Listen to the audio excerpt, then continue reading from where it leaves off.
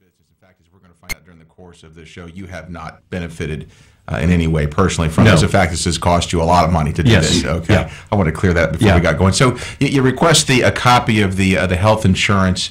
What's it? The health insurance contract? Is that what you said? Just the policy. I believe it was Blue Cross and Blue Shield. Right? What happens? How do they react to that? Well, first they demanded that I sign into the building, which is unlawful. They demanded that I give them my personal information, which is unlawful. They demanded that I explain to them why I wanted the policy, which is unlawful. You mean I can walk down there? I could walk down into wherever the school board building is and say, you don't need to know my name. I want a copy of the health insurance policy for the Polk County School Board. Please give me a copy. And I'd have to pay a fair fee for the copying costs, I assume. And they have to give that to me without knowing my name, without knowing the nature of my business. They're not entitled to any of that information. That's exactly right. Florida has what are arguably the broadest and most liberal, and I mean that in the best sense of the word, open government laws in the country. We have the Florida Public Records Act, which is Section 119 of the Florida statutes, and then we also have Article 1, Section 24 of the Florida Constitution. We were the first state in the country to elevate open government access to a constitutional right. So it's a civil right in the state of Florida. Any person, regardless of who they are or what their motivations are, has a right to go into any public agency, state or local agency in the state of Florida and ask to inspect records or to get copies of records. Do you think, Steve, if you want to jump in, it would seem to me that if all of a sudden you go in to ask for these records that you're entitled to receive and they start wanting to know all sorts of personal information about you, that could have a chilling effect on your ability or desire to try to get these records. Not only chilling effect, but some of the fact patterns Joel's related are downright intimidating. And he can tell you some that we have to look at now, in which with law enforcement agencies, they actually follow him out into the parking lot and they start writing down his tag number and start running investigations on him. Oh, I'm not surprised there. And, Joel's a big guy and I think he can handle it, but, you don't want your mom or grandma to be, chased out of the building by a uniformed officer. That might have a little chilling effect on coming back and asking for more information. These are different law enforcement agencies in the state? Yeah, I refer to it as the little old lady test, and that's not pejorative about, petite, mature women. When I say the little old lady test, what I mean by that is if the average citizen walked in off the streets and made a public records request, how would that agency respond to it? Because most people don't really understand the breadth of public records law and their civil rights as far as that goes. So, I'm not looking for technical violations of the law. In fact, I'm not looking for violations of the law, period. I hope that agencies comply. My goal is to work myself out of a job. But unfortunately, most agencies, probably in my experience, about 60 to 70% of agencies will violate the law when somebody makes a public records request. Let's go back to the original case. You asked for the copy of the policy. They don't give it to you, I assume? Right, they didn't give it to me. And again, I was a neophyte at the time. I'd never made a public records request before. So I went to the state attorney's office and filed a complaint, and they were very responsive. Jerry Hill's office was very responsive. And they called over and essentially compelled the school board to produce the records. I ended up having a meeting with Gail McKenzie, who at the time was the school board superintendent, about 2 weeks after that. And I met with her and two of her attorneys. And she explained to me that was a non-normative response. That's not normally how they respond, that it was an accident. And, golly gee, that's not how we do business. So I waited almost exactly 1 year, and I went back down there and I made the most invasive request that I could think of. Invasive, you say? Invasive. I wanted to. The first time I set the bar really low. The second time I wanted to set the bar very high. And what I did was I asked for all the health insurance enrollment information, which was wildly controversial. When you say that, you're talking about the names, addresses, and personal information of people who are insured by that policy, are you not? That's exactly right. Now, some people might suggest that that's kind of an antagonistic move by somebody who's truly not concerned about open government, but more concerned about just creating trouble. How do you respond to that? Well, number one, state agencies are not permitted by law to exempt information. It's not up to the school board or any other public official to decide what they are and are not going to provide. Only the state legislature can do that. And the state legislature at that time had not exempted that information. I never did anything with it. I was accused that I was going to sell it or somehow I was going to use it for some nefarious purpose, which certainly would have been my right to do. I didn't. I never used the data. I never allowed anyone else to see the data. I never gave it to anybody else. I didn't sell it. The issue was whether or not the school board was going to comply with the law, and they made a very conscious decision not to. Okay. Has the state legislature since then exempted that? They exempted part of it, and I actually supported exempting all the information. All they exempted was the information for minor dependents. I supported an exemption of the entire record. So that's worth noting. That which you were seeking, Yes. you were seeking simply to test the openness and the compliance by the Polk County School Board. You intended to do nothing with this information other than just to see if you could get it. And in fact, after you got it, you had no objection and even requested or advocated for preventing this sort of information from being disseminated. So I don't see how you could have acted with any more altruism than what you did. Right. I supported it then, and to this day, I would support exempting all that information. Unfortunately, the school board didn't support that, nor did the teachers' unions, because they sell it.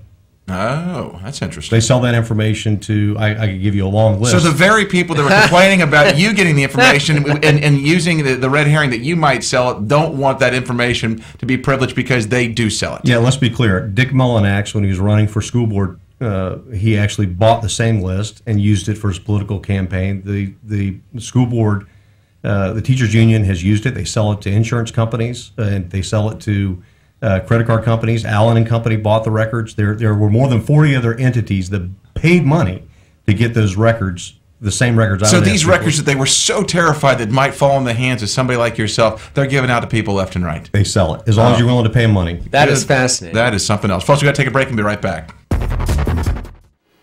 Hello, I'm Mark McMahon of McMahon, PA. Today I want to speak about alimony, specifically in regards to men, to husbands. Perhaps you're a husband and you've been involved in a long-term marriage and you're wondering to yourself, am I obligated to pay alimony? Perhaps you've been involved in a short-term or medium-term marriage and you're asking yourself the same question. Must I pay alimony? If so, how much and for what duration of time? Believe it or not, if you're a husband, if you're a man involved in a marriage, whether it be short-term, medium, or long-term, you may be able to receive alimony. Does your wife make more money than you? Have you sacrificed for the marriage, perhaps raised the children, or sacrificed for her career?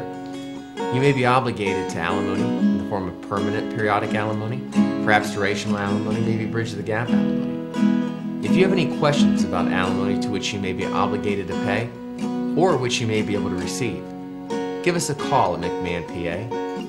Call us at 863-393-9010 or visit McMahonLaw.com. Again, no matter what your gender, we're with you every step of the way. Honest, hardworking, and loyal. I'm Brent Gohagan of Gohagan, PA. If you are a business owner, you have undoubtedly had that moment when you realize, I wish I had someone trained to help me, guide me in the drafting of that contract, or you have been concerned about the prospect of your business being sued over something frivolous or needing guidance in a business dispute regarding some negligence or intentional action on the part of another business or individual. We are here to navigate you through this. We care because we know as a small business it matters to you. Visit us at Gohagan, PA.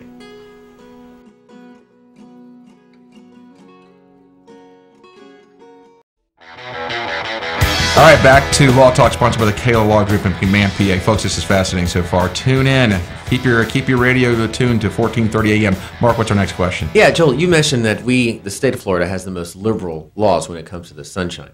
Why is that? Because we have a history of terrible political corruption, and I think to their great credit, there have been legislators in the past that saw that and saw the need to do things out in the open. Public records, the first public records case that I'm aware of was in 1889. The first public records law was enacted in 1909. In 1967, we codified, the state legislature codified the Public Records Act in Section 119. And then in 1992, we passed a constitutional amendment which made it a civil right. And by the way, that was passed with an 87% majority. It's the largest majority of any constitutional amendment in the history of the state. So it's a constitutional amendment that does what? What is it?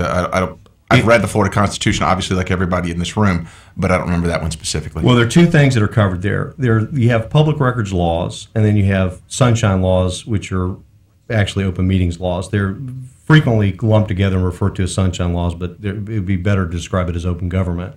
And essentially what that means is that any material made or received in the course of official business that was, regardless of format or regardless of means of transmission, it was intended to communicate, perpetuate, or formalize knowledge is a public record. So if you stop and really think about those words, that's sort of breathtaking. It's essentially any materials that a public agency or a public official receives or creates. The public has a right to see that unless the state legislature has specifically and narrowly exempted it. So, for example, the home addresses of law enforcement officers, those are exempt. And well, they should be. As well they should be. When the constitutional amendment was passed in 1992, there were about 250 exemptions to public records. Now there are about 1,200. Every year the state legislature entertains new exemptions. Some of those are good, some of them are bad. They're sunset, though, so every 5 years they have to be renewed.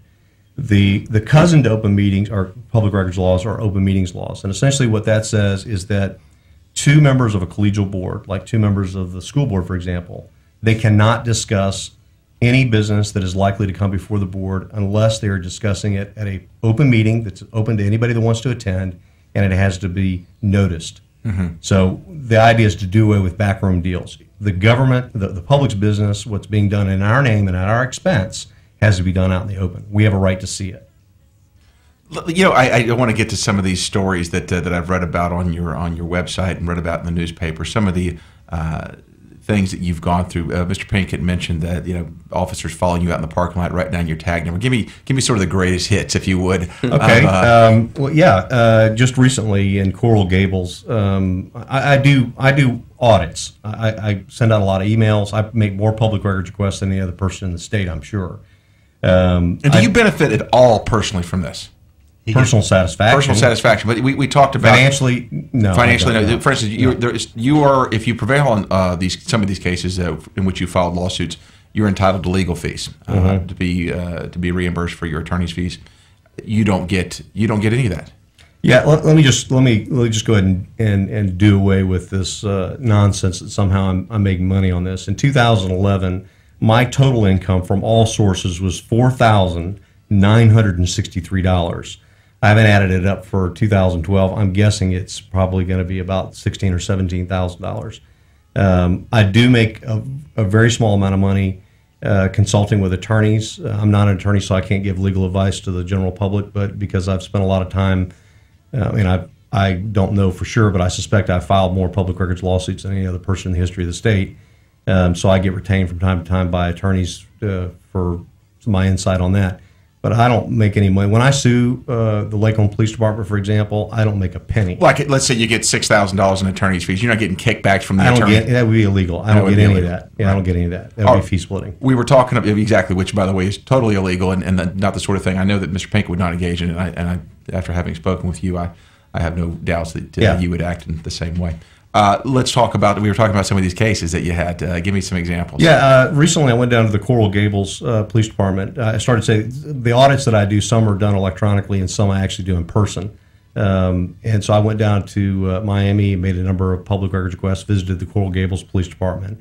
And on that particular audit, what I was doing was walking in and asking to inspect the visitor's log, which is literally a piece of paper on a clipboard that they would hand to anybody that walked into the department that wanted to visit the department and ask them to sign their name. I just wanted to look at it. That's it. Did you give like a time frame over the last few weeks or months or a year? Or... Yeah, just let me see the visitor's log for today. Do you just show up at the Coral Gables Police Department and walk in there, and maybe some shorts and some flip-flops and say, hey, let me see your visitor's log? Yep, that's exactly right. Yep. And what happens? They demand to know who I am, why do I want it, who you don't give them any advance notice like, hey, this is who I am, I'm coming, be ready for me. Well, it's funny. Actually, I did on my blog. I announced the fact that I was going to be doing an audit, and I know that there are a lot of public agencies that read my blog. They should. So I made no secret about what I was going to be asking for or where I was going to be visiting. Okay, so what? Okay, I keep interrupting you. That's right. So in response to that, the police officer became visibly agitated, refused to produce the records, then finally handed me a form and told me that I was required to fill out the form as a condition of gaining access to the records, which is unlawful. You can't do that. That's been litigated, umpteen times. Anyway, so as I left the building, he followed me out and he walked out and wrote down the tag number of the vehicle that I was in. And sure enough, that day he accessed the Florida Criminal Information Center, FCIC, which is a felony to do that, by the way, unless it's for a legitimate law enforcement purpose, which investigating somebody for exercising a civil right is not a legitimate law enforcement. Let's encapsulate this, people. You understand what Mr. Chandler was doing was requesting something he had every right as a citizen to request, and the officer, according to what Mr. Chandler says, and I don't dispute that at all, wanted to find out who he was, got his tag number, and used the Florida Crime Information Center database to find out who he was. And you're only supposed to use the FCIC for legitimate criminal investigation purposes. And the reason I know that is because I made a public records request of FDLE, and they sent it to me. Yeah. And it had the same officer's name on there, and down to the millisecond of, I knew when he did it. So And he was clearly using this FCIC for something that is not considered a legitimate. I mean, investigating for somebody that's doing something lawful is not a legitimate reason to use FCIC. And it happens all the time. He's questioned his authority. Oh yeah, boy, That's they the get mad when crime. they do that. They really get mad when you do that. That's exactly right. Let me elaborate on some of the experiences he's had that I've written up into complaints, and it gives you a little glimpse into that human reaction when Joel walks up and asks to exercise his right. These visitor logs are put on a clipboard and put out in the public. In fact, every visitor picks it up and grabs a pen and signs it, so every visitor's already looked at it. So it is a public record. There's no secret there. They'll actually snatch it out of Joel's hand. We have to write up the complaint that says, I was holding the visitor log saying, I just want to inspect this. And it's grabbed out of his hand saying, no, you can no longer look at it because you asked to. They've thrown napkins over the pad that's sitting in front of him, and of course he doesn't touch it at that point because they've told him hands off, but he says, no, that right there on the desk, that's what I wanted to look at, and they cover it up just because he asked to. Now, as sure as we talk about those instances, I think it would be fair for Joel to tell you about the officer who stops what he's doing and bends over backward and invites him back behind the counter while he gets the record Joel asked for and makes every effort possible to comply with the request. Because when you see the man doing that, you say, why can't everyone rise to this standard? Why doesn't everybody embrace the law like you do? You don't want to be such a nuisance in these operations where you are throwing sand in the gears and they can't do the good work that they do. And I mean, the guy that you mentioned, Steve, that cooperated fully, you're not bothering them anymore. I mean, you're not going down there and asking them for any more records. Once he's, I think was it you or somebody had told me you'd gone into a small agency. The police chief himself could not have been more cooperative. Yeah, Manalapan, Cooper City, the DeSoto County Sheriff's Office. There are lots of agencies that do a splendid job, and I am utterly convinced that the reason that agencies do well or don't do well is because the leadership either embraces the value of open government or they have something to hide. Well, they all know about it, right? I mean, all these sheriffs, they all know about it. They know the ins and outs. Of course they know about it. But You're exactly right. Do you go back to DeSoto? I mean, if you know that you're quite honestly, if you're not going to, it's like people sometimes in the criminal defense they'll gripe. Well, how come the police don't patrol in certain areas of town? I'm like, well, they go where the crime is. I mean, if you want to go find guys driving home drunk, you go hang out at the bars at 2:00 in the morning. I've never been offended by that as a criminal defense attorney because that's just good police work. I mean, it's just it's ridiculous to suggest otherwise. So you're not going to go to DeSoto County because they're going to do because they're complying. I doubt that I will ever go back to the DeSoto County Sheriff's Office. I'm certain I'll never go back to Manalapan. It was a lovely visit. I had a nice chat with the chief of police, but they could not have been more cooperative. The Largo Police Department is a great example. To Joel's credit, he would go back. He has offered to assist those agencies anytime he gets the impression that they're trying to do the best. He's offered to go back and teach the staff about public records, how to respond appropriately to keep your agency out of trouble. So, when I say go back, I mean go back in sort of this incognito. No, I got your intent. That's why I wanted to point out that he would even, at his own expense, go back and help and cooperate rather than cause trouble. Where are we on this Coral Gables case? Yeah, what happened to that guy? Well, I suspect that now that we've filed a lawsuit to vindicate the public's right to open government, I think they're probably going to change their policy and do the right thing. Do they deny that you came down there and did this? No, it was captured on video. Okay. I mean, What about the guy? Was he pretty high ranking? This guy? I think he was a sergeant. Okay. But what happened to this guy? Did you? Probably got a promotion. All right, folks, we got to take a break and we'll be right back. By the Kaler Law Group. You know, Mark, one of the things that we were talking about before the show is that, and we've talked about on the show before, is that as these local newspapers succumb to the realities of electronic journalism and the internet, and they're suffering greatly their bottom line, the investigative journalism that is so very important is withering on the vine. And folks like Mr. Chandler really, I think, provided an enormously valuable service to the citizens of the state of Florida. Joel, is there sort of an underlying theme that drives you when it comes to this sort of stuff with respect to some of these agencies? Because one of the ones we were about to talk about was, like, for instance, your trip to the prison. And we'll talk about that and sort of go into the theme of what really kind of motivates you with some of these people.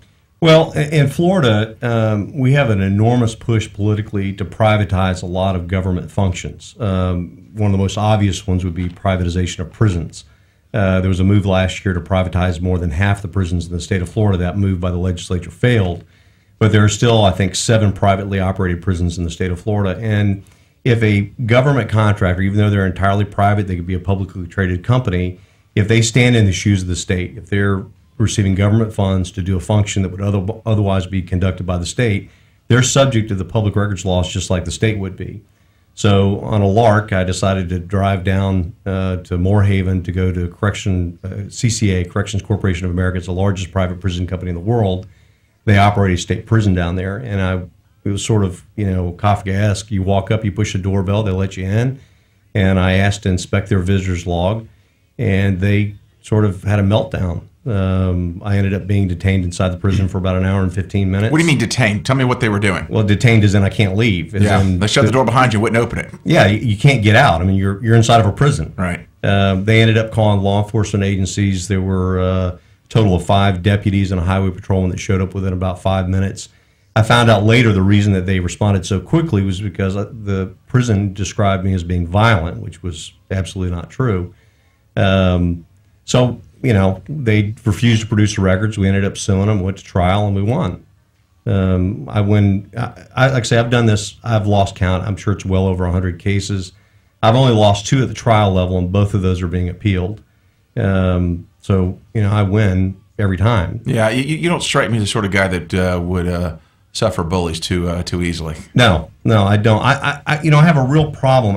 As I tell people, I always get the records. If I want the records, I'll get them because I'm willing to go toe-to-toe. I'm willing to litigate to get the records. I'm willing to vindicate my rights and assert them very vigorously. But a lot of people aren't. And, you see people that just want to make a public records request for whatever reason. And it doesn't matter why they want the record. If they're entitled to the record, they're entitled to it. And they're told no, and they are then faced with an option. You can either let somebody violate your civil rights, and it is a civil right, so let's be clear about that, or you can go to the extraordinary expense of hiring an attorney and litigating. And I think public officials and many state contractors know that, and they know that most people will just go away. Yeah. And, you have to ask yourself, why is it they don't want you to know what's there? And give me an example. You gave us one at the break. Give us an example of something where what we uncovered through public records requests showed just awful fraud. Yeah, there are too many to even name. But here's just one example. The Department of Juvenile Justice.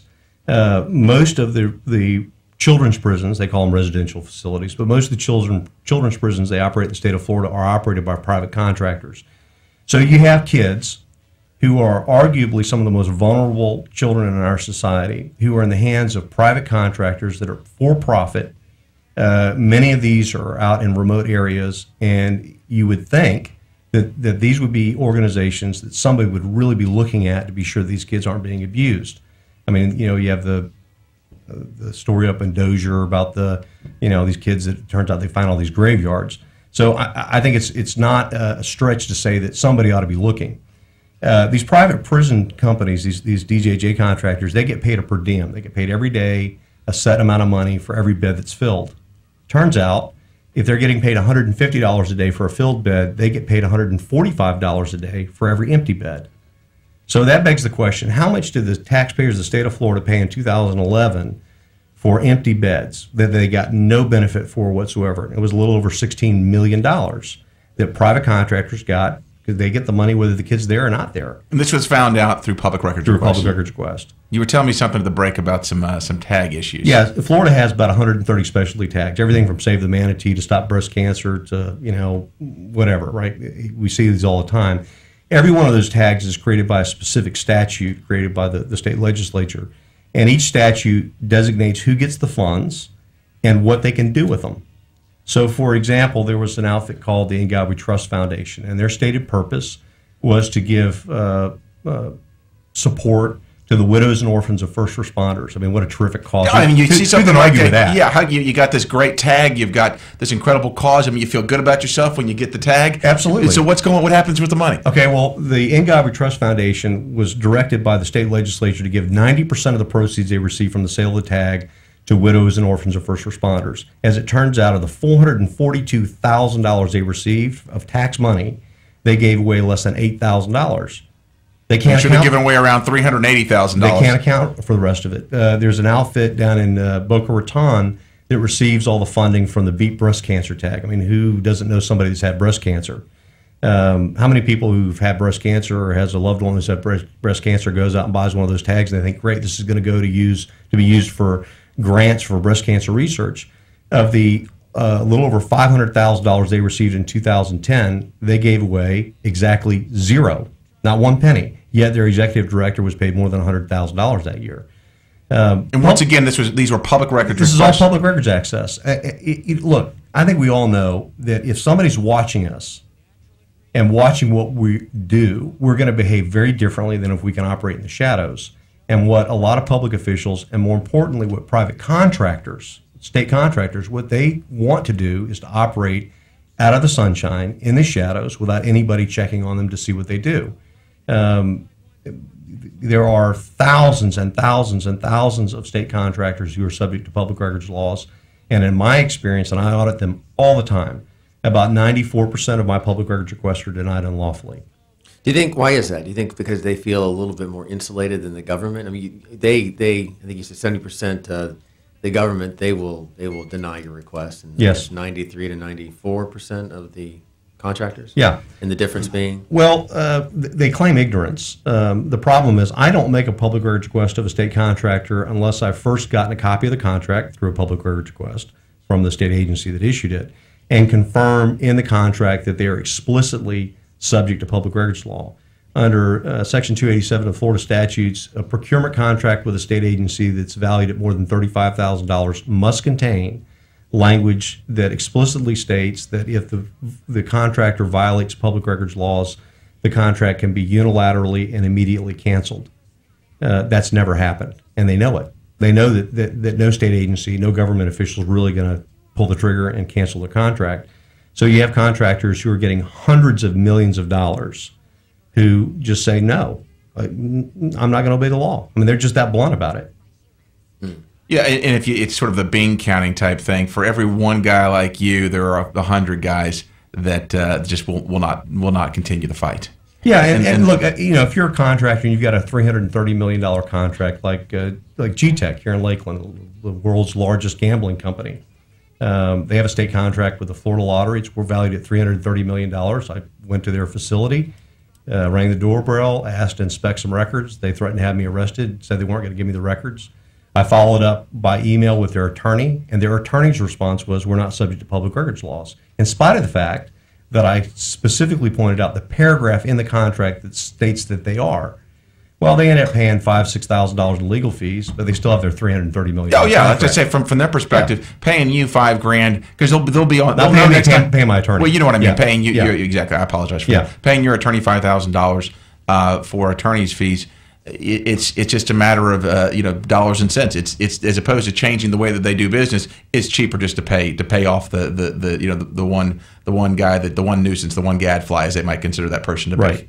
Right. Do you find that when this happens, that if you go back after you've won a suit, do you ever go back and you do a request? And what have you found? They violate again. Really? It doesn't change. It doesn't make any difference. It makes no difference whatsoever. And I honestly believe that unless and until the state legislature demands that state agencies actually cancel some contracts, it's not going to change. What are your feelings on that? Do you think that's going to happen in the foreseeable future? I actually have a meeting Wednesday of this week with Don Getz, president of the Florida Senate, on that very issue. And you hope springs eternal? I'm the eternal optimist. Well, yeah, most people don't have the as you say, they don't have the resources to be able to go toe to toe, and so How this works, though, if I understand, Joel, if you file a lawsuit against either the state agency or a private entity that has disclosure requirements, and you prevail in that lawsuit, they're obligated to pay your attorney's fees. That's correct. Okay, so anybody can do this. This is not some secret little trick that you figured out. This is something that's part of the statutes written by our legislature many, many years ago to have some way that the small person can go out there and take on some of these larger these government agencies and these private entities. Right. The problem is every time it's a David and Goliath scenario, because you're going up against public agencies who have, in comparison to an individual like me, they have unlimited resources, or you're going up against a multi-million-dollar private contractor who has virtually unlimited resources. So it's a monumental fight every single time. I do it all the time. I mean, right now I've got, I don't know, I'm sure in excess of 50 active lawsuits right now.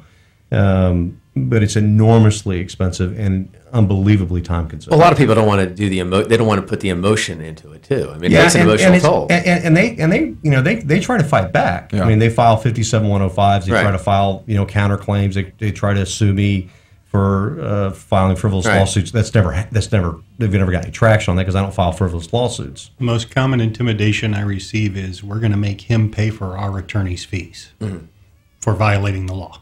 Now, of course, it's never happened. He hasn't paid anybody a dime because they were always wrong, but that's the first threat that comes out of their mouth is, you better go away or we'll make you pay for our agency attorney fees. Folks, we got to take a break. We'll be right back with Mr. Steve Pickett and Joel Chandler. Every Tuesday night is acoustic. Segment of Law Talk. Mark, how did you like that? I think they did that on purpose now, just to get us angry. I'm not angry about it. It frustrates. But they mentioned talk to the guys from the KL Law Group. They do. They don't say McMahon. That's one that they've been running that for like 5 years. Yeah. I've been around here for 4. They still and the have other Brett's thing is name on the website. yep, right, Yeah. his picture too. And the other thing is, we think that they run that commercial just at 5:45 on Mondays. Not at all during the right. They run it during our show. All right. Steve, I have known you since back, I guess, 1993 when we worked at the state attorney's office. Yeah. Steve Pinkett is one of the finest attorneys I know. He is. You talk about somebody that does not back down from a fight. He relishes the battle. And I tell you, Mr. Chandler, you have found the right advocate. There's no question about that. Steve, if anybody's looking for your services, how would they get in touch with you? Well, I'm here in Lakeland at 1240 East Lime Street, and they can call my office at 616-1515. Folks, if you're unable to remember that, we get calls sometimes, a couple weeks after the show, and they'll say, hey, you remember that guy that was on there a couple weeks ago? How can I get in touch with him? Give us a call at the KLO Law Group, 668-7223. Mr. Pinkett is ready, willing, and very able to take on representation on these type of open government issues. All right, Joel, let's get back to you. Where do we leave off? Tell me how the thing with the down in the prison system. Did you file a lawsuit on that? Did you win that lawsuit? Yeah, we filed a lawsuit. That's the only one out of the 100 and something lawsuits I've done that's actually gone to trial, and that went to trial because I demanded a trial, frankly, for my own entertainment. I'd never been to a trial, so I thought that'd be kind of fun. Let's do that. So we refused to settle, went to trial, and we won. All right. When you say refuse to settle, I mean, how does that work? Don't you have to settle? Yeah, if there's an offer of settlement. Then Nope. Yeah. Nope. And the reason is because they weren't admitting any wrongdoing. Okay. And I wanted a judge to declare, because I ask for declaratory, injunctive, and monetary relief being my attorney's fees. I wanted a judge to say I was right and they were wrong. Right. And until you're willing to do that, then, game on, let's play. So and the reason I ask this is an important question. Some people say that might argue the system is being gamed and they're unnecessarily prolonging the litigation. And in your typical lawsuit, if a person offers to pay you what you're asking for, it's over. How was what happened different? You're saying that you're entitled as part of your lawsuit, as part of the statutes that protect the concept of open government, you're entitled to an admission of wrongdoing. Well, I have somebody who's continuing to say we're not subject to public records laws. We didn't break the law by refusing to give you those records. So we'll agree to pay you today just to make you go away, but we're not going to agree that you're right. which means you may win the particular battle with that person, but you're losing the war. Yeah, but the issue is what's going to happen the next time somebody shows up at the Moorhaven Correctional Facility and makes a public records request. Right. That's the issue.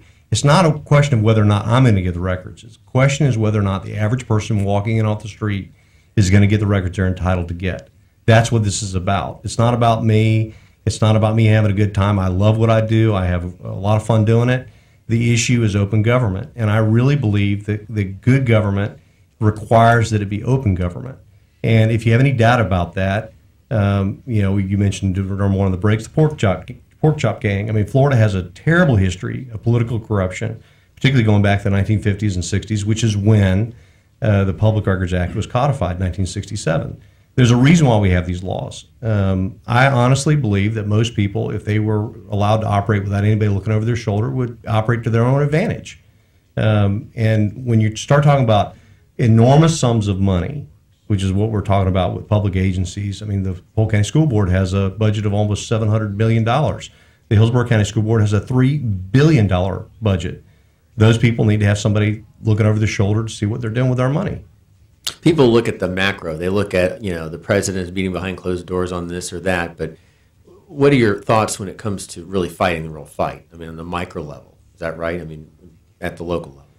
Yeah, I mean, federal agencies aren't subject to the same laws. We're talking about state and local. Right. And yeah, the reason that government agencies do this and people acting on their behalf, their vendors, is because there are so few people who are asserting their rights. And, it's a hard-won right. It's a civil right. We got to exercise it. People need to go out and make public records. But if you want to know what your government's doing, just ask. You have the right to see it. The legislature gave us this wonderful act. It's got all this great provision in it, but there's no appropriation and no enforcement mechanism other than what they've given the citizen. We need the Joel Chandler to give it meaning. Right. If he's not there doing it, no one will, and nothing will happen. I mean, we've got a case. I don't know if we mentioned this during the course of the show. I think we talked about it beforehand. There was actually an editorial in the Lakeland Ledger, I believe, on Sunday or perhaps on Saturday. But anyway, they're having trouble getting certain records from the Lakeland Police Department. This is the Lakeland Ledger having trouble getting reports from the Lakeland Police Department. And Chief Womack even admitted that sometimes agencies play a cat and mouse game with public records. And the Ledger was just stunned that she would say such a thing. Now, there are maybe arguments about producing incident reports when a case is ongoing, and if that's the issue, I am actually willing to give the benefit of doubt to Lakeland Police Department. I'm not sure. I don't know enough about it to speak intelligently, but that I think sort of it gives us a good example of, if the Lakeland Ledger is having trouble with the Lakeland Police Department, it's not like the Lakeland Police Department doesn't know who the Lakeland Ledger is. What chance does Joe Citizen stand with, some small municipal government down in somewhere in the Panhandle? That's exactly right. And I'm not willing to give the Lakeland PD the same benefit of the doubt that you are. They have a history of doing this. I have my own lawsuit against them with legal fees now. My legal fees are in excess of $100,000. They have a pattern of doing that. And while I agree that it was a great headline that when Chief Womack said they play cat and mouse games, I thought that the comments from Roger Mallory were far more disturbing. They start parsing these words about, well, we're not really sure that they asked for a record. We don't really define a record that way. That's the problem you run into. It is like it is Clinton unlawful. saying what is, or what was that the definition of is? Yeah, they're pulling a Bill Clinton, and the problem is that it's not up to individual public officials to decide what is and what is not available to the public. That's the legislature. Only the legislature can do that. And they define it pretty specifically. Yeah, and not only do they define it specifically, but then they also go through and they state that the courts public officials and the courts have to interpret exemptions as narrowly as possible in favor of access. So if there's some shadow of a doubt about whether or not the public should be able to see it, you have to give it to the public. And there's a legal theory that states if they take the time to come up with a list of exceptions, if that exception is not in there, that stated exception by the organization or agency that you're trying to get records from, if the exception that they give you as to why they don't want to turn it over is not listed by the legislature, that means the legislature intended to not include that in that list. That's exactly right. Well, there's quite a distinction between not giving Joel his request and violating the act. That's a civil violation. But making a deliberate effort to violate the act actually becomes a criminal violation. And the Act has provisions for that Joel's encountered before. Joel, you have do you have a 501c3 that's set up to help No, you? actually, I don't. I'm in the process of raising the funds to apply for a 501c3, but presently it's just me. Well, let us know when you get it up and running. We'll have you back on the show. I appreciate that. Thank you so much. I appreciate everything you do. Thank you. I appreciate that. All right, Mark? We have some interesting shows coming up, don't we? So I hear. Until then, thank you very much for tuning into Law Talk. Have a good week.